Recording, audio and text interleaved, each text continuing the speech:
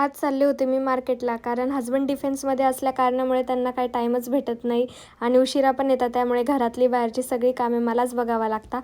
प्रिन्सी मागं लागली होती की तिला नेत नाही म्हणून नाराज होऊन बघत होती.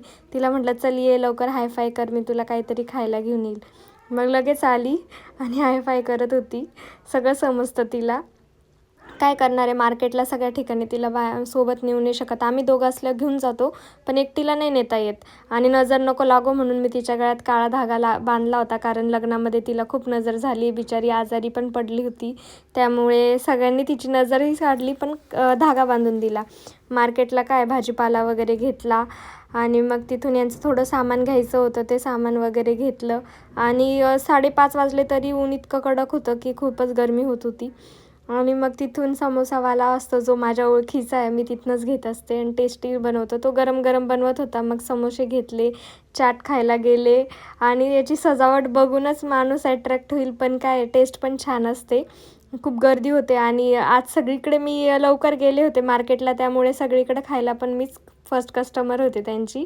आणि मग ऑटो भेटली, घरी आले.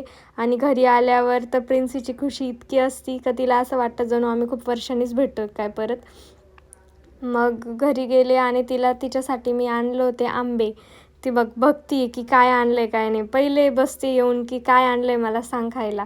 मग तिला म्हटलं, अगं तुझ्यासाठी आंबे घेऊन आले. तिला फार आंबे आवडतात आणि घरून आल्यापासून पहिल्यांदाच मी मार्केटमधून इकडे आंबे आणले.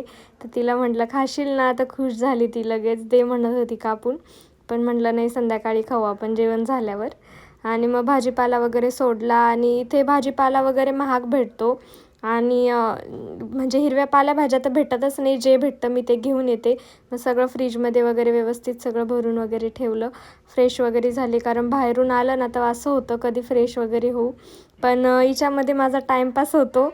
मग इकडे तिकडे लेट होत असतं, पण काय नाही, ती घरात आहे म्हणूनच सर्व मला करमतं, कारण मी एकटीच असते. आणि मग माझा आज होता भरताचा प्लॅन. तर म्हटलं आज भरीत बनवतो. याची फुल रेसिपी मी ऑलरेडी टाकली माझ्या व्लॉगमध्ये. कोणाला बघायची असेल तर नक्की बघा.